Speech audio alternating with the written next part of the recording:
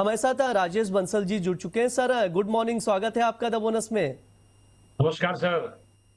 Sir कैसे हैं? क्योंकि वीकेंड ने तो पूरा बाजार का मूड ही खराब कर दिया, वापस से पहले जैसी स्थिति दिख रही है सर।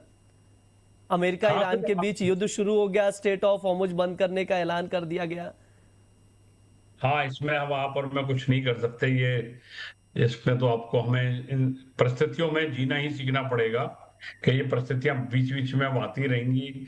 क्योंकि वॉर, हम सोच रहे थे जब 60 दिन का इनका समय खत्म होगा उसके बाद फिर कोई नई चीज आएगी, और ये उससे पहले आगे 60 दिन भी नहीं चल पाया। तो इसमें अब ये मेरा आपके कंट्रोल में नहीं है, पर आप अप्रिशिएट करेंगे इस बात को। पिछले फ्राइडे को भी हमने सेलिंग की ही बात करी थी, बाइक की बात ही जी नहीं करी, क्योंकि हम इसे बाउंस बैक रैली मान रहे थे। और वैसा ही ऐसा प्रतीत हो रहा है, जो आज गैप डाउन हुआ है वो उसी कड़ी की कंटिन्यूएशन ही लग रही है। सर, किन सेक्टर्स पर अभी असर देखने को मिल सकता है इस युद्ध का? स्पेसिफिकली कोई ऐसे सेक्टर्स जो प्रेशर में रह सकते हैं ज्यादा, या कहीं अपॉर्चुनिटी मिल सकती है? हाँ, अगर कभी भी ये युद्ध होता है तो सर बैंकिंग सेक्टर ऐसा होता है जो प्रेशर में पहले आना चाहिए, क्योंकि अगर क्रूड के दाम बढ़ते हैं, युद्ध आगे बढ़ता है, तो यही एक पहला सेक्टर होगा जो ज्यादा प्रेशर में आएगा। और साथ साथ ही और ये ऑयल कंपनी, जो ऑयल प्रोड्यूसिंग कंपनी हैं, उनमें थोड़ा फायदा भी होता है, क्योंकि वो क्रूड प्रोड्यूस करती हैं और क्रूड का दाम बढ़ता है तो उन्हें फायदा भी होता है। तो उस तरह से कुछ सेक्टर ऐसे बेनिफिटेड भी हो सकते हैं और कुछ सेक्टर को ज्यादा नुकसान हो सकता है। पर मेरे को ऐसा लगता नहीं कि कोई ये लंबा चौड़ा चलने वाला है। मार्केट इसको कोई बहुत ज्यादा महत्व देगी, क्योंकि मार्केट पिछले कई महीनों से इसको असेस कर चुकी है। लगातार मार्च से लगातार मार्केट इसको देख रही है, डिफरेंट व्यूज डिफरेंट एंगल से इसकी असेसमेंट हो चुकी है। अनलेस ये कोई एक बड़े वॉर में कन्वर्ट हो जाए तो मार्केट छोटी मोटी इनकी जो लड़ाइयां हैं उनको ज्यादा इग्नोर कर, ज्यादा पॉजिटिवली नहीं लेगी। पर हाँ, सतर्क कॉशियस अप्रोच अभी हमें रखनी है।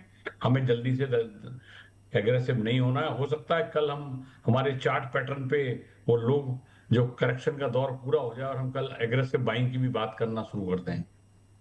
ठीक है सर, एक चीज मार्केट में पॉजिटिव आई है, शायद आप भी अप्रिशिएट करेंगे। एफपीआईज की बाइंग अगर हम लोग देखें तो जुलाई में मैं देख रहा हूं जो खरीदारी है करीब करीब 15,000 करोड़ रुपए की रही है सर। 15,000 करोड़ के शेयर्स खरीदे तो एक पॉजिटिव है बाजार के लिए। हाँ, बहुत ही पॉजिटिव है। अगर आप एफआई की बाइंग की बात करें तो बहुत दिनों के बाद ट्रेंड रिवर्सल देखा है। इसके अलावा डाटा की बात करें तो कल एफआईआई की हमें कॉल्स में भी बाइंग देखने को मिली और पुट में सेलिंग भी देखने को मिली। थोड़े से कॉन्ट्रैक्ट्स भी उन्होंने काटने की कोशिश की, पर अभी भी इतने ज्यादा कॉन्ट्रैक्ट्स आउटस्टैंडिंग हैं। उन जो 11,000 कॉन्ट्रैक्ट से उनकी शॉर्ट पोजीशन जो कवर भी हुई थी लास्ट फ्राइडे को, वो कोई ज्यादा महत्व नहीं रख पा रही। पर यद्यपि उनकी चारों तरफ बाइंग देखने को मिली। स्टॉक फ्यूचर में भी उनका एक बार जो आउटस्टैंडिंग पोजीशन थी 5 लाख के आसपास जो चली गई थी, 6.5 लाख के आसपास आ गई है। तो कुछ स्टॉक्स आउट परफॉर्म आज भी करेंगे, क्योंकि स्टॉक में उनकी बाइंग की पोजीशन बनी और शॉर्ट पोजीशन काटी भी है उन्होंने। तो एफआई की तरफ से रुझान थोड़ा सा पॉजिटिव दिखाई दे रहा है कुछ दिनों से, सारी एंगल्स पे, सारे एरियाज में। ठीक है, ये सर का व्यू है। सर आज के लिए क्या रणनीति बनाई जाए? क्योंकि लगातार मैं देख रहा हूं सवाल पे सवाल आ रहे हैं, सब लोग जानना चाह रहे हैं कि सर आज क्या बताएंगे, कौन से लेवल्स इंपॉर्टेंट है, क्या रणनीति बनाकर चल सकते हैं सर? बड़ा मुश्किल है, क्योंकि हमने जो शॉर्ट किया था उस दिन तो फ्राइडे को तो बाजार नीचे आया नहीं, और जिन लोगों ने कैरी किया उनके लिए एक अच्छी अपॉर्चुनिटी है, वो आज सुबह बुक कर सकते हैं। तो मेरे को ऐसा लगता है कि 24,010 से 24,040 पे स्ट्रॉन्ग सपोर्ट बननी चाहिए बाजार के लिए। गिफ्ट निफ्टी जैसा इंडिकेट कर रही है, और यहाँ पे कोई बाइंग कर सकता है 23,980 के नीचे स्टॉप लॉस लगा के इंट्राडे राइज के लिए 24,076 और 24,100 और 120 तक जा सकता है। अगर नीचे इतना खुलता है जो gap down Nifty SGX indicate कर रही है, और हमें ऊपर से बिकवाली के मूड में नहीं हूं। कल फिर मैं सेलिंग की, फिर कल हम फिर बाइंग की अपॉर्चुनिटी ढूंढेंगे, क्योंकि मैं अभी सेलिंग के लेवल इसलिए नहीं दे पा रहा हूं कि गिफ्ट निफ्टी अगर ऊपर खुल गई जहां दिख रही है तो फिर वो लेवल चेंज हो जाएंगे, इसलिए सेलिंग का मैं अभी नहीं कह रहा हूं। हाँ, ऊपर से अगर जब भी जहां भी बाजार खुलता है उसके बाद अगर 70-80 पॉइंट का एक राइज आ जाए तो वहां जो समझदार हैं, ट्रेडर हैं, वो शॉर्ट कर सकते हैं एक अप्रोप्रिएट स्टॉप लॉस के साथ। मेरे को लगता है जो मॉर्निंग में लो मार के बाजार ऊपर जाएगा, इसको एक बार फिर ब्रीच करना चाहिए और हो सकता है फाइनली वहीं बंद हो जाए। तो 24,000 की बहुत बड़ी सपोर्ट है, उसको याद रखें। जब तक 24,010 के नीचे बाजार बंद नहीं होता है, तब तक नेक्स्ट लेवल नहीं, और उसके नीचे नेक्स्ट सपोर्ट 23,800 में डेवलप हो चुकी है।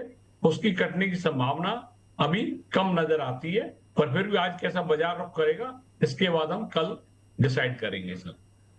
ठीक है, ये सर का व्यू है, स्ट्रैटेजी स्क्रीन पर है, आप लोग नोट डाउन करके चल सकते हैं। थोड़ा सा सतर्क रहें, सावधान रहें, क्योंकि जिस तरह का सिनारियो है, युद्ध का सिनारियो दिखाई दे रहा है, तो स्पेसिफिक लेवल स्पेसिफिक काम करें। जो सर बता रहे हैं स्टॉप लॉस और चीज़ें, उसको ज़रूर ध्यान में रखते हुए ही अगर आप लोग पोजीशन बना रहे हैं तो बनाएं, और जो चीज़ें समझाई जा रही हैं उसके अकॉर्डिंग आप लोग देख कर चल सकते हैं। वैसे भी सर हर रोज जुड़ते हैं हमारे साथ मार्केट में, मार्केट खुलने से पहले स्ट्रैटेजी बनाते हैं, बताते हैं आप लोगों को, तो उसके अकॉर्डिंग आप लोग देखकर चल सकते हैं।